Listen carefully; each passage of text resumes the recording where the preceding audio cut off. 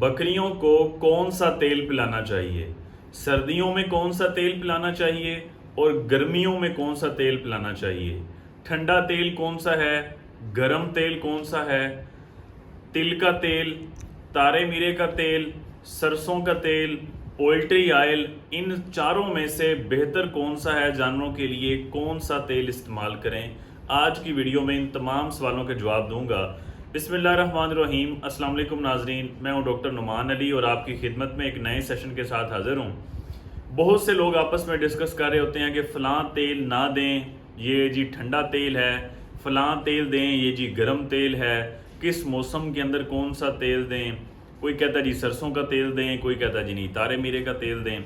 तो तेल देना कौन सा चाहिए? सबसे पहली बात कि ये जितने भी तेल हैं जिनके मैंने नाम लिए, सरसों का तेल, दूसरे नंबर पे तारे मीरे का तेल, तीसरे नंबर पे तिल का तेल, चौथे नंबर पे पोल्ट्री ऑयल, ये चारों ही एनर्जी देने के लिए, कुव्वत देने के लिए, ताकत देने के लिए जानवरों में इस्तेमाल किए जाते हैं। फ़र्क सिर्फ इतना है कि इन चारों में किसी की एनर्जी ज़्यादा है, किसी की एनर्जी कम है, सिर्फ एक दूसरे में एनर्जी का, ताकत का फ़र्क है। लेकिन चारों तेल का मकसद जानवर को एनर्जी देना ही है। अब जो सरसों का तेल है उसकी एनर्जी बाकी तेलों की बनिस्बत कुछ कम है, तारे मीरे की कुछ कम है, तिल के तेल की एनर्जी ज़्यादा है, ज़्यादा कुव्वत देता है, ज़्यादा ताकत देता है। पोल्ट्री ऑयल की एनर्जी थोड़ी ज़्यादा है, ज़्यादा ताकत देता है। इसलिए कहा यह जाता है कि जी सर्दियों में तिल के तेल का आप इस्तेमाल कर लें, वो गर्म होता है, और जी सरसों के तेल का इस्तेमाल ना करें, वो ठंडा होता है। हालांकि उसका इस्तेमाल भी आप सर्दी में करेंगे तो वो एनर्जी देगा, लेकिन तिल के तेल की बनिस्बत थोड़ी कम एनर्जी देगा।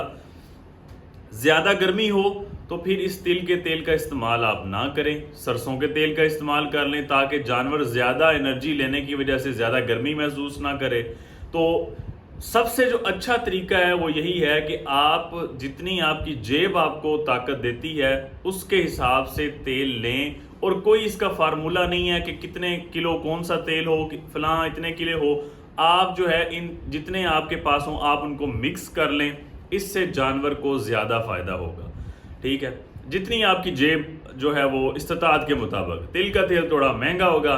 इन सब में से जो पोल्ट्री ऑयल है वो कुछ सस्ता है और जानवर के लिए सर्दियों में बेहतर भी है। कोई भी तेल आप इस्तेमाल कर रहे हो, 10 से 15 ग्राम या 10 से 15 ml से 10 से 15 cc से आपने ज़्यादा इस्तेमाल नहीं करना। किसी भी चीज़ का इस्तेमाल अगर मुनासिब मिकदार में किया जाए तो वो जानवर को फ़ायदा देगी, लेकिन अगर मिकदार ओवरडोज कर दी जाए तो वो नुकसान भी दे सकती है, जानवर का मैदा ख़राब कर सकती है। इसलिए हफ्ते में 3 से 4 दिन आप इस्तेमाल करें और 10 से 15 cc इससे ज़्यादा इस्तेमाल ना करें। गर्मियों में आप सरसों के तेल का इस्तेमाल करें। सरसों के तेल का ये है कि आप बेहतर ये है कि आप इसको हल्की आंच पे, ज़्यादा तेज़ नहीं, हल्की आंच पे इसको कुछ देर के लिए बॉयल कर लें, गरम कर लें, उसके बाद इसका इस्तेमाल करें। और अगर बाकी तेलों के साथ आपने मिक्स भी करना है तो कोशिश ये करें कि इस तेल को हल्की आंच पे गरम कर लें, उसके बाद आप बाकी तेल के साथ मिक्स कर सकते हैं। बहरहाल कोई भी तेल जो आपको मिले, पिलाने से बेहतर ये है कि आप इसको खिलाएं। खिलाना किस तरह है जी? किसी भी खुराक के साथ आप चोकर के ऊपर डाल दें, या चोकर के साथ इसके पेड़े पिनियाँ बना के वो जानवर को आप खिला दें। आप किसी वंडे के साथ डालना चाहते हैं तो उसके अंदर मिक्स कर दें। पिलाने का ख़तरा ये होता है कि अगर जिस तरह जानवर उठड़ू आ जाता है या कोई ज़बरदस्ती पिलाने की कोशिश करता है तो उससे ख़तरा ये होता है कि ये तेल जानवर के फेफड़ों में चला जाए, सांस वाली नाली में चला जाए। अगर पानी चला जाए सांस वाली नाली में तो वो पानी तो निकल सकता है, वो भी जानवर को एक बार नमूनिया करवाएगा, लेकिन उसका यह है कि ज़्यादा ख़तरा नहीं है, वो निकल जाएगा। लेकिन अगर आप अद्वियात कोई ना कोई पेट के कीड़ों वाली दवाई या कोई भी दवाई पिलाने वाली आप पिला रहे हैं तो, या दूसरा ये तेल पिला रहे हैं, तो उसका आपने लाजमी एहतियात करनी है। अगर ये चीज़ें फेफड़ों में जाएंगी तो ये जानवर जल्दी रिकवर नहीं होगा, जल्दी ठीक नहीं होगा। तेल वाली चीज़ जल्दी फेफड़ों से नहीं निकलती, बल्कि तकरीबन नहीं निकलती।